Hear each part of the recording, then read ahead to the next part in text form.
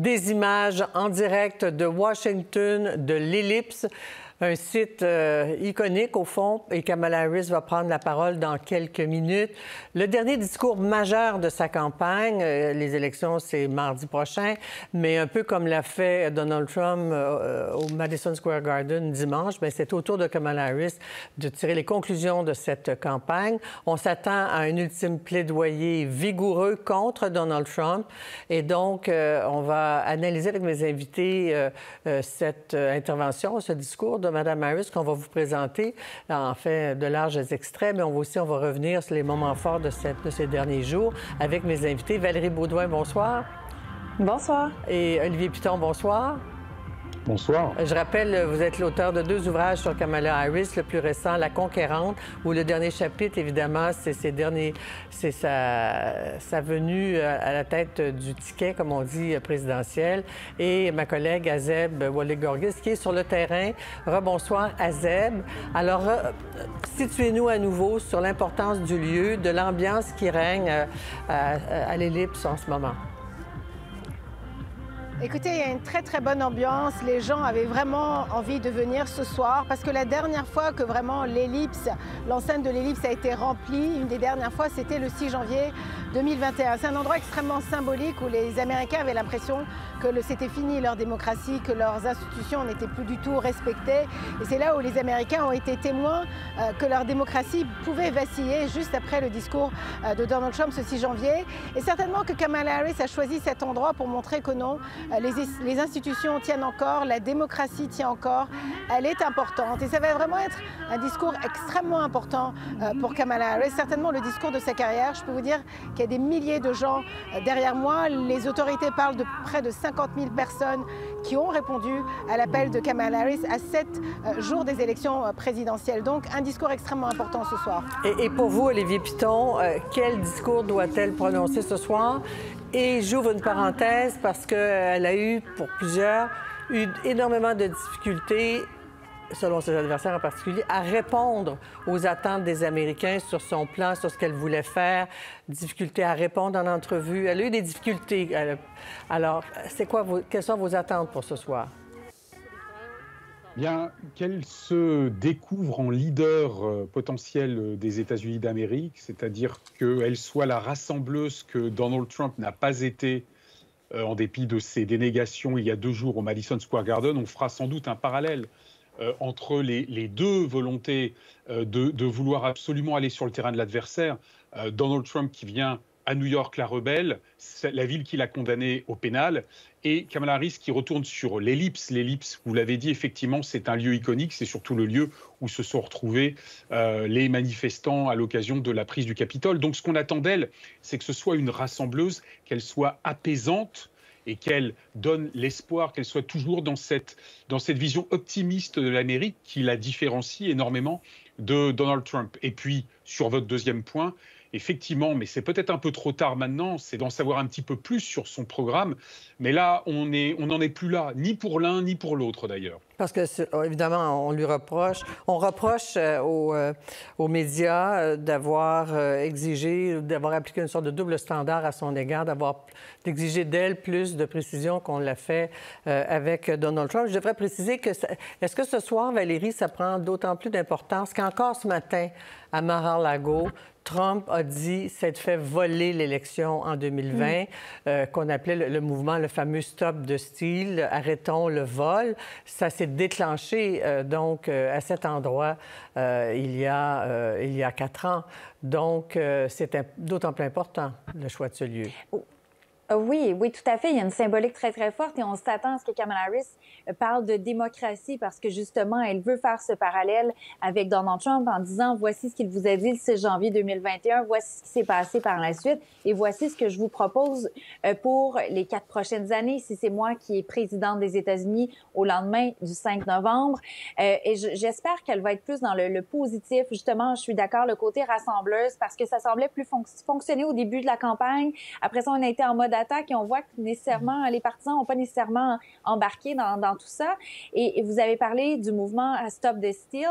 Je dirais même Stop the Steal 2.0 parce qu'on a déjà des allégations de fraude avant même, la journée même de l'élection. Alors, on prépare le terrain. On aura un mouvement, à mon avis, semblable à ce qu'on a vu par le passé, pas dans les mêmes circonstances parce que Donald Trump n'est pas le président sortant, mais c'est dans un contexte où il y a des allégations, encore une fois, de fraude. Et on dit déjà que l'élection, en fait, va être volée si Kamala gagne. Il n'y a pas de scénario où Donald Trump ne va pas, à mon avis, contester les résultats de l'élection. On va écouter justement Donald Trump ce matin, puis je pense qu'on devrait écouter tout de suite Steve Bannon. They stole the presidency of the United States. You can call it a coup, you can call it whatever, but they stole it. They went in like taking candy from a baby. I'm finally out of being a political prisoner by the Merrick Garland, Kamala Harris, Nancy Pelosi regime for standing up for my political beliefs against an illegitimate committee. I think you can see today I am far from broken. I've been empowered by my 4 months at Danbury Federal Prison. Steve Bannon qui avait refusé de témoigner à ZEB, notamment sur les événements du 6 janvier, et qui aurait conseillé Donald Trump déjà de se déclarer victorieux dès le soir du 5 novembre. Ça annonce un chaos, non? Voilà. Oui, voilà. Steve Bannon, c'est un peu le cerveau là, de toute cette campagne de Stop the Steal. Là, aujourd'hui, il dit qu'il est encore plus convaincu de ce qu'il a fait. Il est encore plus convaincu que jamais. Vous savez, il a refusé de collaborer avec les autorités judiciaires et c'est pour ça qu'il est allé en prison pendant 4 mois à partir du mois de juillet. Et il est sorti aujourd'hui, 7 jours avant les élections. Il a tout de suite fait une conférence de presse. Il a repris son micro. Vous savez qu'il a une émission qui est très, très écoutée aux États-Unis, surtout par la base là, de Donald Trump. Donc on va voir si ça va avoir un autre impact là, sur le processus électoral. Et puis aussi, il faut rappeler aussi, Anne-Marie, vous savez qu'il y a des boîtes aux lettres qui ont été incendiées en Oregon, également dans l'État de Washington, justement où des bulletins de vote ont été brûlés, si vous voulez. Donc beaucoup espèrent que ce sont des incidents isolés, mais on sent quand même que plus on s'approche du 5 novembre, plus on sent qu'il va y avoir de la tension, de la division, donc voilà. Et votre réaction à vous, Olivier Piton, est-ce que on dit que Trump se prépare déjà à contester l'élection, mobilise beaucoup d'avocats dans tous les États, des millions sont investis. Est-ce que ça annonce le chaos?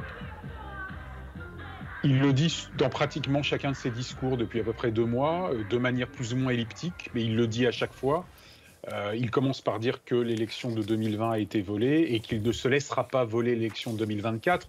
Donc on comprend en filigrane ce qu'il entend par là. Alors c'est très amusant parce qu'en fait il y avait la stratégie de Donald Trump de critiquer les votes par anticipation. Et il y a la stratégie d'Elon Musk qui au contraire pousse les républicains à voter par anticipation. Et donc, on est dans une espèce... Alors, je ne sais pas comment les électeurs républicains vont s'y retrouver, mais ils ont effectivement un double langage qui est transmis par leurs dirigeants, enfin, du moins par Donald Trump et par Elon Musk. Et la question, de toute façon, du vote par anticipation va se poser en cas d'avance de Kamala Harris, mais elle risque de se poser aussi en cas d'avance de Donald Trump, c'est-à-dire qu'on est face de toute façon à un poison qui est là depuis trop longtemps dans la manière dont les Américains gèrent leur élection, et ça va probablement, malheureusement, et je souhaite me tromper, de nouveau se passer mal à partir du 6 novembre. Alors ce soir, on va se demander si elle doit continuer d'attaquer Trump sur les insanités, les mensonges, la violence de ses propos. Certains parlent de dépravation. On va écouter ce qu'a dit aujourd'hui Donald Trump de l'événement de dimanche soir en parlant d'une grande fête de l'amour. Et je vous reviens, Valérie. They started to say, well, in 1939, the Nazis used Madison Square Garden. Well, many people have used it, but nobody's ever had a crowd like that. Politicians that have been doing this for a long time, 30 and 40 years, said there's never been an event so beautiful. It was like a love fest, an absolute love fest. Valérie, une grande fête de l'amour. Oui, bien, c'est un peu ce qu'on disait aussi le 6 janvier 2021, hein, que c'était des patriotes qui aimaient l'Amérique finalement, qui étaient descendus au Capitole, briser des fenêtres, menacer des gens, prendre d'assaut certains endroits, et j'en pense. Alors, c'est pas surprenant dans le ton, même si j'hoche encore de la tête lorsque j'entends des propos comme ça de la bouche de Donald Trump. Alors oui, je viens un peu de mentir, il y a une part encore de surprise, mais pas du tout... je vois la continuité dans ses propos, l'exagération. Hein. C'est toujours, on parle d'Hitler, on parle des nazis dans les années 30, mais après on dit, mais nous, c'était plus gros, c'était plus beau, c'est toujours plus merveilleux. Je pense pas sincèrement qu'il est en train de convaincre la petite poignée d'indécis avec des propos comme ça. Peut-être qu'il essaie de se convaincre lui-même et d'aller avec sa base, mais je vois pas à quoi ça sert. C'est du grand Donald Trump, mais au-delà de ça, il essaie, lui, peut-être justement, c'est ça, de se convaincre que tout était beau et qu'il n'y a pas eu de problème avec des propos racistes et sexistes qui ont été mentionnés. Oui, évidemment, l'humoriste, entre guillemets, ou comédien, qui décrivait Porto Rico comme une île flottante de déchets, après que quelques jours auparavant, Donald Trump ait parlé de l'Amérique comme une poubelle, un garbage can à Zeb. Est-ce qu'on sent que Trump va en payer le prix quand ça va trop loin, ça va vraiment trop loin, et qu'il peut y avoir un effet boomerang? Écoutez, Trump est toujours allé très loin, trop loin. C'est pas la première fois qu'il dit ce genre de discours. Hein. On l'a entendu, il a comparé les migrants clandestins à des vermines, assoiffés de sang. Donc les gens connaissent quand même Donald Trump. On ne sait pas trop à qui il s'adressait quand il a fait son discours à Madison Square Garden, parce que si c'était pour convaincre les indécis, il n'a certainement pas réussi son coup. S'il voulait également attirer la communauté hispanophone, les portoricains, là non plus, il n'a pas fait très fort, parce qu'il n'a pas du tout condamné ou dénoncé les propos de l'humoriste qui a dit que Porto Rico c'était une île flottante pleine d'ordures en plein milieu de l'océan. Donc les indécis pour le moment certainement sont indécis. En tout cas on sait que l'équipe de Kamala Harris, par exemple il y a Jennifer Lopez qui s'en va au Nevada, qui s'en va à Las Vegas avec Kamala Harris cette semaine pour faire campagne, et on sent vraiment que le vote latino là est en train de vraiment s'opposer à Donald Trump. On va voir comment ça va finalement se résoudre le 5 novembre, mais pour le moment on va voir l'impact que ça va avoir tout ça. Oui, parce que Olivier, il ne s'est pas du tout excusé pour les discours entendus ce soir-là. Lui-même avait parlé encore des ennemis de l'intérieur. Et donc, je crois qu'on va annoncer Mme Harris pour bientôt, mais en tout cas, je vais vous poser quand même la question.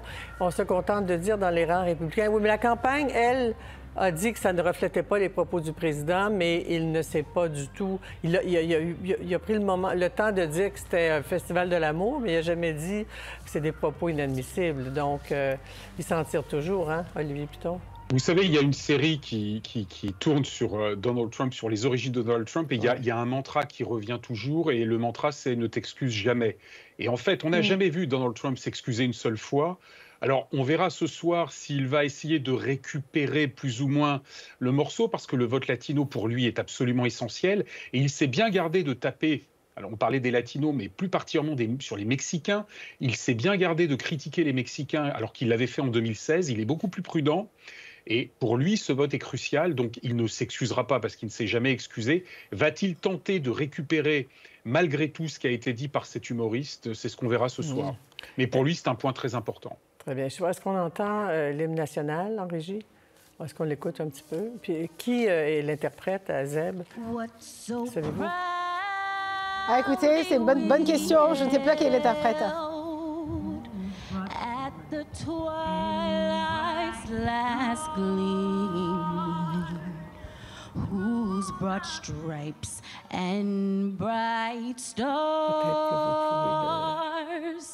through the perilous fight, o'er the ramparts we watched were so gallantly streaming. D'accord. Alors, c'est bientôt qu'on va entendre Kamala Harris. Olivier Piton, je reviens aux propos qu'elle devrait tenir compte tenu de son histoire. Au début de la campagne, elle disait « Je connais le type Trump, j'ai été procureur, j'en ai condamné des fraudeurs, des agresseurs. Ça n'a pas semblé être payant pour elle au début de la campagne.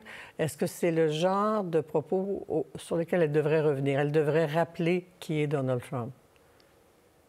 Alors, c'est effectivement l'épisode de la procureure contre le repris de justice qui avait plutôt bien fonctionné au début. Et puis ensuite, comme Azeb l'a dit, la campagne a un petit peu patiné à partir du mois de septembre. Elle est prise entre deux feux. Le fait de répondre aux attaques de Donald Trump et de le montrer pour ce qu'il est, y compris en allant aussi dans l'outrance, et c'est peut-être un danger aussi pour elle, ou au contraire, et je le souhaite en tout cas, c'est qu'elle fasse davantage un discours de rassembleuse et de quelqu'un qui cherche justement à apaiser l'Amérique. Elle fera sans doute un peu des deux, évidemment, mais j'espère que en tout cas j'espère, je pense qu'il sera beaucoup plus payant pour elle d'être dans une image plus apaisée que d'être dans une image trop agressive à l'égard de Donald Trump. On l'a vu au moment de la sortie de Mark Kelly sur le fasciste ou le nazi. C'est très compliqué d'utiliser ces concepts et c'est aussi caricatural que quand on traite Kamala Harris de communiste. Et là-dessus, il y a toujours les extrêmes qui se réjouissent, mais les indépendants sont beaucoup plus circonspects. Et Valérie, elle ne mise jamais sur le fait qu'elle soit une femme, elle ne mise jamais sur le fait qu'elle soit noire. Mais est-ce qu'on sait qu'il y a un clivage entre les hommes et les femmes dans les intentions de vote? Est-ce que ça va jouer? Ou est-ce qu'elle risque d'être victime d'une forme de sexisme ou de racisme? Bien, je pense que oui, il y a une forme de sexisme, de racisme aussi. Et on est plus dur à son égard. On l'a dit, il y a un double standard. Je pense qu'on a un double standard pour les femmes en politique encore aujourd'hui, même si c'est peut-être pas le même standard qu'on avait auparavant. Mais elle ne joue pas la même carte qu'Hillary Clinton. Et j'avais la même réflexion aujourd'hui. On ne joue pas la carte de la femme qui va briser le plafond de verre. C'est plutôt les gens autour d'elle qui vont utiliser cette carte-là. Elle veut se présenter comme une candidate, comme quelqu'un qui est compétente, qui a le CV nécessaire pour se rendre à la Maison-Blanche. Alors, on l'écoute.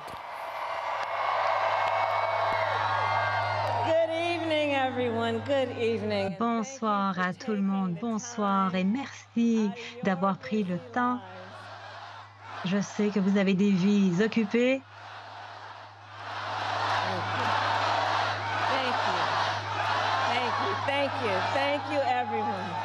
Merci, merci à tout le monde.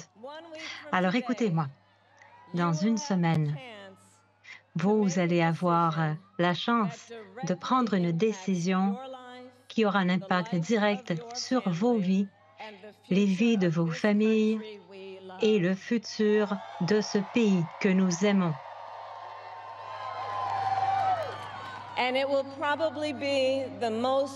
Et ce sera probablement le vote le plus important de votre vie. Et cette élection est plus que tout simplement un choix entre deux partis et deux candidats différents. C'est le choix, à savoir si nous avons un pays dont les racines sont dans la liberté pour chaque Américain ou bien où on a du chaos et de la division.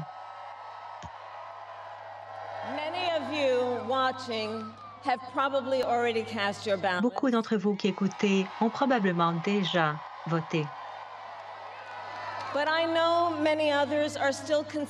Mais je sais que beaucoup d'autres sont encore en train de se demander pour qui voter ou même si vous allez voter. Mais ce soir, j'aimerais parler à tout le monde au sujet des choix présentés lors de cette élection. Écoutez, nous savons qui est Donald Trump. Il est la personne qui a été à cet endroit précisément il y a presque 4 ans maintenant et qui a envoyé au Capitole des États-Unis une pègre armée pour aller contre la volonté des gens dans une élection libre et juste. Des élections qu'il savait très bien avoir perdues. Des Américains sont morts à cause de cette attaque. 140 agents ont été blessés à cause de cette attaque. Et pendant que Donald Trump était dans la Maison-Blanche en train de regarder, alors que la violence s'accumulait, Les membres de son personnel lui ont dit que cette foule voulait tuer son propre vice-président et Donald Trump a répondu avec 2 mots. Et puis,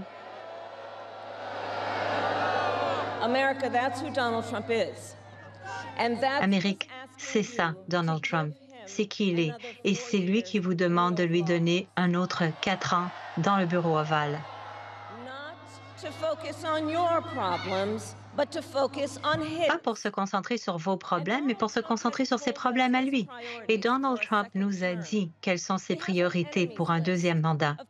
Il a une liste d'ennemis, de personnes qu'il a l'intention de punir. Il dit qu'une de ses priorités les plus importantes, c'est de libérer les extrémistes violents qui ont attaqué ces policiers le 6 janvier.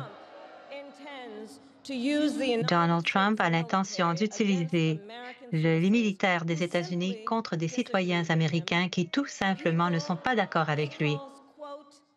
Des gens qu'il appelle, et je cite, « l'ennemi à l'intérieur de notre pays ». Amérique, ce n'est pas un candidat pour un président qui pense à comment rendre vos vies meilleures. C'est une personne qui n'est pas stable, qui est obsessionné par rapport à la revanche, confus et veut avoir un pouvoir sans vérification. Donald Trump a passé une décennie à essayer de garder le peuple américain divisé et avec une peur les uns des autres. C'est ça, la personne qu'il est. Mais je suis ici ce soir pour dire que nous ne sommes pas ça. Nous ne sommes pas ça.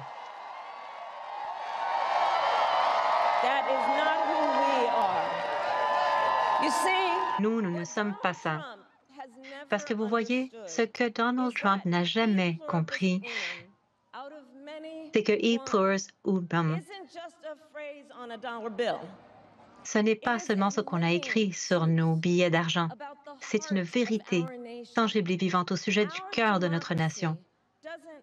Notre démocratie ne requiert pas qu'on soit d'accord sur tout. En fait, on aime bien avoir des bons arguments de temps en temps. Pensez à vos propres familles, n'est-ce pas? Ce n'est pas la manière américaine de ne pas avoir des mésententes. On n'est pas timide quand on veut avoir des débats robustes. En fait, on aime bien avoir des bons débats, n'est-ce pas? On aime bien les bons débats. Et le fait que quelqu'un puisse ne pas être d'accord avec nous, ça ne fait pas d'eux des ennemis. Ils sont des membres de notre famille, des voisins, des camarades de classe ou de travail. Ce sont d'autres Américains. Et en tant qu'Américains, nous tombons ou nous nous relevons ensemble. L'Amérique, depuis trop longtemps, nous sommes consommés avec trop de divisions, de chaos et de manque de confiance les uns vers les autres. Et ça peut être facile alors d'oublier une vérité très simple, et c'est que c'est pas obligé d'être comme ça. Ça n'a pas à être comme ça.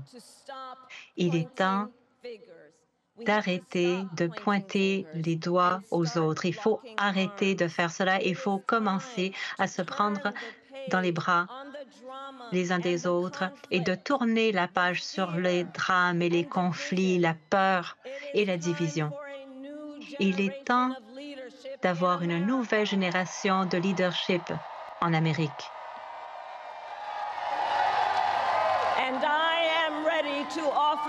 Et moi, je suis prête à offrir ce leadership en tant que la prochaine présidente des États-Unis d'Amérique.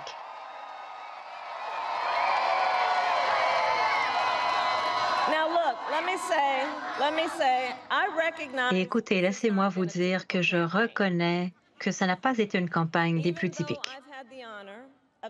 Malgré le fait que j'ai eu l'honneur d'être votre vice-présidente depuis 4 ans, mais je sais que beaucoup d'entre vous, vous apprenez toujours à connaître qui je suis. Eh bien, laissez-moi vous dire que moi, je suis une personne qui a passé la majorité de ma carrière à l'extérieur de Washington, D.C. Alors moi, je sais que ce n'est pas toutes les bonnes idées qui viennent d'ici.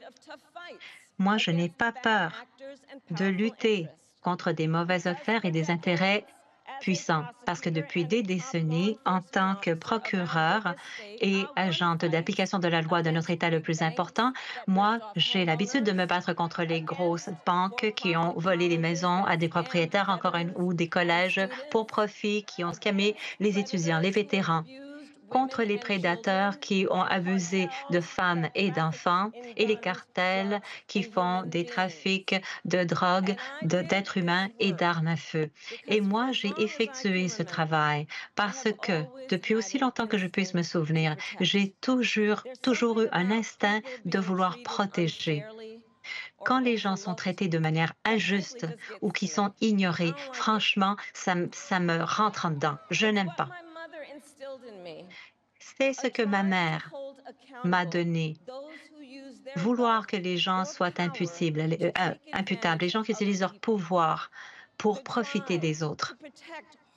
Alors, c'est cela qui me donne la force de protéger les Américains qui travaillent dur et qui ne sont pas toujours vus, ne sont pas toujours entendus et qui méritent d'avoir une voix. Et je vais vous dire que c'est le genre de présidente que je serai.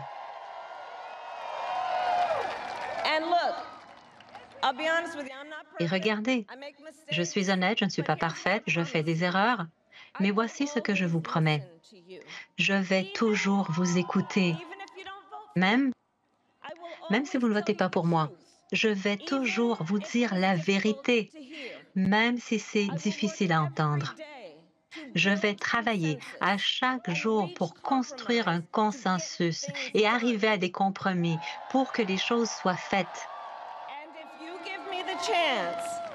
Et si vous m'en donnez l'opportunité de me battre pour vous, il n'y a rien dans le monde qui va me barrer la route.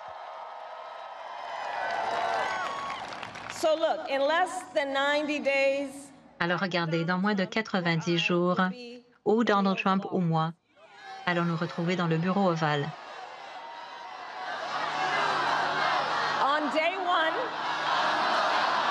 Lors du premier jour,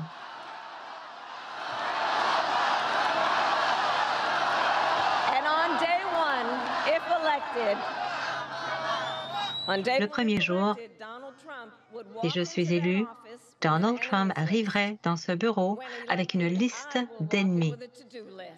Si élu, moi, je vais arriver avec une liste de choses à faire, avec les priorités de ce que je vais faire pour le peuple américain. Et moi, je vais travailler avec tout le monde, avec les démocrates, avec les républicains et les indépendants, pour aider les Américains qui travaillent dur et qui luttent toujours pour aller de l'avant. J'ai eu l'honneur de desservir en tant que vice-présidente de Joe Biden. Mais je vais apporter mes propres expériences, mes propres idées au bureau ovale. Ma présidence sera différente parce que les défis auxquels nous faisons face sont différents. Notre priorité en tant que nation, il y a 4 ans, était de terminer la pandémie et de pouvoir rescaper l'économie.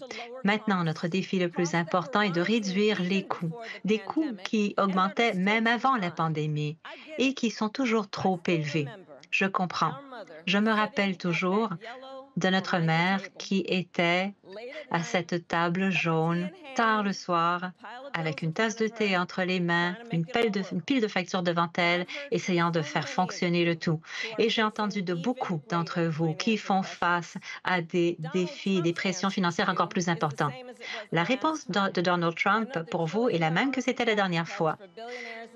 Encore des coupures de taxes de trillions de dollars pour les grandes corporations et les billionnaires. Et cette fois-ci, il va payer avec une taxe de vente de 20 sur tout ce que vous achèterez qui est importé. Pensez-y, les vêtements, la nourriture, des jouets, des téléphones cellulaires. Une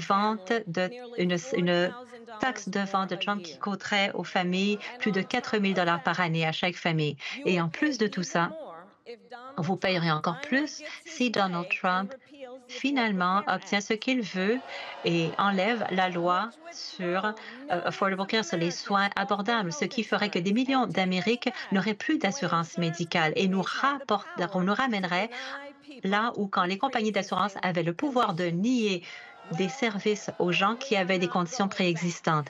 Eh bien, nous, on ne veut pas retourner en arrière. Nous ne voulons pas retourner en arrière.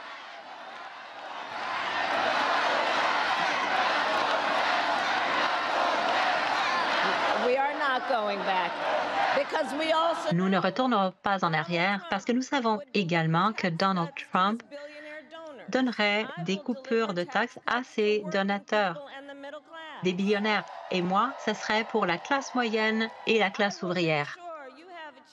Je vais m'assurer que vous ayez l'opportunité pas seulement de réussir à joindre les deux bouts, mais réellement à avancer.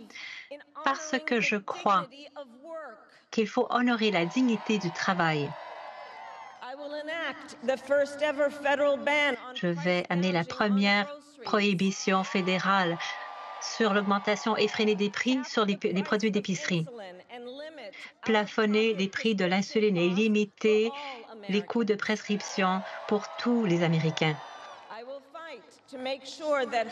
Je vais lutter pour m'assurer que les Américains qui travaillent dur puissent en fait se permettre d'avoir un endroit où vivre. Jamais je n'oublierai comment notre mère économisait, à quel point elle était emballée lorsque finalement elle a réussi à acheter notre première maison, à quel point elle était heureuse et emballée. Et je sais qu'être propriétaire d'une maison, ce n'est pas seulement une mesure de sécurité financière. Il s'agit de la fierté envers notre travail dur. Et en tant que présidente, je lutterai pour aider les personnes qui veulent acheter leur première maison à pouvoir donner un dépôt et lutter contre les compagnies qui augmentent trop les prix de manière effrénée. Pendant des années, on a entendu des excuses par rapport à pourquoi aux États-Unis, on ne pouvait pas construire suffisamment de maisons et de logements. Assez avec les excuses, je vais couper toute la bureaucratie et je vais travailler avec le gouvernement et le secteur privé pour faire construire des logements. Et le coût des logements, ce n'est pas la seule pression financière sur les familles. Moi, j'ai rencontré beaucoup de jeunes qui veulent être de bons parents pour leurs enfants, mais qui n'ont pas toujours les ressources pour le faire. Alors, je vais lutter pour avoir un crédit d'impôt pour les enfants pour leur faire économiser de l'argent, ce qui également va permettre aux enfants américains de ne plus être sous le seuil de la pauvreté. Je vais travailler à réduire le coût des garderies. C'est inatteignable pour trop de familles encore aujourd'hui et pour trop de personnes dans la génération qu'on appelle sandwich qui sont en train d'élever de jeunes enfants tout en s'occupant de parents vieillissants. Tout cela, c'est très difficile à gérer. Moi, ma mère, quand elle est devenue malade, je me rappelle que c'était très difficile de trouver des vêtements qui n'allaient pas irriter sa peau, lui donner à manger des aliments qui n'allaient pas lui causer des problèmes et comprendre que donner des soins, il s'agit de la dignité. Il s'agit de la dignité. Et en ce moment, si vous avez besoin de soins à domicile et vous n'avez pas de l'argent pour pouvoir engager quelqu'un, vous et votre famille, allez utiliser toutes vos économies pour avoir droit à de l'aide, et ce n'est pas correct. Alors, nous allons changer cette approche et nous allons permettre à Medicare de couvrir les coûts des soins à domicile. Kamala Harris à Washington, qui prononce très certainement le discours de sa campagne, pour ne pas dire le discours de sa vie. En quoi ce discours sera-t-il déterminant? Elle décline ses promesses qu'elle veut apporter notamment à la classe moyenne. Elle a opposé la liste des ennemis de l'intérieur proposée par Donald Trump à sa liste de choses à faire, sa to-do list. Alors, je joins mes invités. Je commence avec vous, Olivier Piton. Est-ce que vous retrouvez la Kamala Harris que vous décrivez dans vos deux livres, celle qui incarne, selon vous, le rêve américain? Est-ce qu'elle a les bons mots, le bon ton? Oui, elle a commencé effectivement par planter le décor. Elle est à l'Ellipse, elle est dans un lieu symbolique qui était le lieu de violence il y a 4 ans.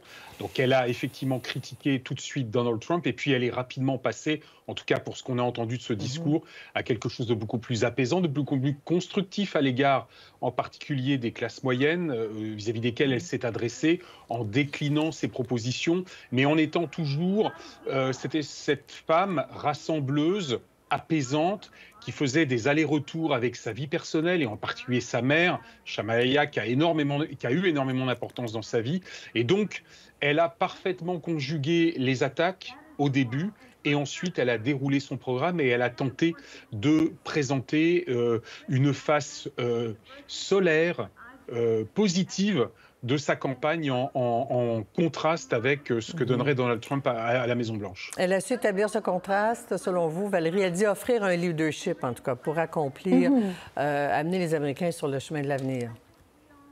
Oui, puis elle a parlé de compromis, de trouver un consensus, de pas nécessairement être d'accord avec toutes les propositions qu'on va lui faire, mais d'être à l'écoute des gens qui ne sont pas nécessairement toujours en accord ou dans le même parti politique. Donc ça, c'est un élément que je trouve intéressant.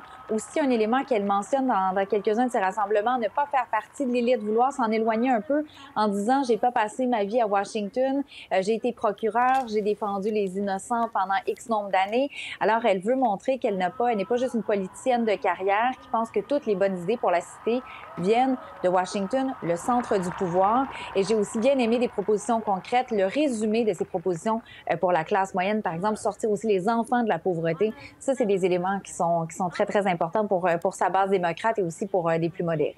Et pour vous, Azeb, qu'est-ce que vous retenez? Est-ce que vous croyez qu'en choisissant ce lieu, en évoquant le 6 janvier, les émeutiers qui même voulaient, on se rappelle, pendre le vice-président, ces attaques à la démocratie, pensez-vous que finalement, elle fera en sorte que Trump sera rattrapé par le 6 janvier ou pas? Puis est-ce qu'elle a choisi les bons thèmes? Oui, voilà, en fait, elle a dit que le choix était clair, hein. C'est soit des années de chaos, de division, ou alors des années où vraiment on commence à bâtir l'Amérique. Je fais partie de cette nouvelle génération d'Américains. Ce que j'ai trouvé intéressant dans son discours, c'est que, pour rebondir sur ce que Valérie a dit, c'est qu'elle dit qu'elle ne vient pas de Washington, et puis elle dit pour les indécis, pour ceux qui ne sont pas encore convaincus qu'il faut aller voter, ou voter pour moi, elle dit moi je me suis toujours battue en tant que procureur contre les grandes banques, contre les prédateurs. Donc elle se décrit, elle est encore en train quand même de se présenter aux Américains, si vous voulez. Et elle a dit qu'elle a toujours été contre l'injustice, que c'est quelque chose qu'elle considère d'extrêmement important. Mais c'est très clair que ce soir, elle a établi le choix très clair. Elle a dit Donald Trump va avoir une liste d'ennemis. Moi, je vais avoir une liste de choses que j'ai à faire. Donald Trump est obsédé par la vengeance. Elle a vraiment choisi ses mots, que c'était quelqu'un de complètement instable. Elle n'a pas vraiment mâché ses mots. Mais tout de suite après, la deuxième partie de son discours, elle parle de l'avenir des États-Unis, la promesse de l'Amérique, si vous voulez, qu'elle incarne d'une certaine façon. Donc, elle poursuit, là, elle parle également du droit des femmes, la question de l'avortement qui a été chaudement applaudi ici. Donc, on sent vraiment que c'est un discours rassembleur où elle se présente quand même encore aux Américains. Elle a affirmé « Les Américains connaissent Donald Trump. Moi, voici ce que je propose. Vous aurez ce choix-là le 5 novembre. » Oui, puis elle a proposé le thème de la liberté. Hein, le mot freedom apparaît derrière elle. Quoi, une foule de 50 000 personnes. Peut-être que M. Trump va contester demain l'ampleur de la foule. Elle offre ce leadership. Alors, on va vous retrouver, Azeb, dans les prochains téléjournaux. Vous allez continuer d'écouter ce discours. Olivier Piton, merci beaucoup d'avoir été avec nous ce soir. On se reparle au cours des prochains jours. Valérie, bien sûr, aussi, on se reparle au cours des prochains jours. Très bonne soirée.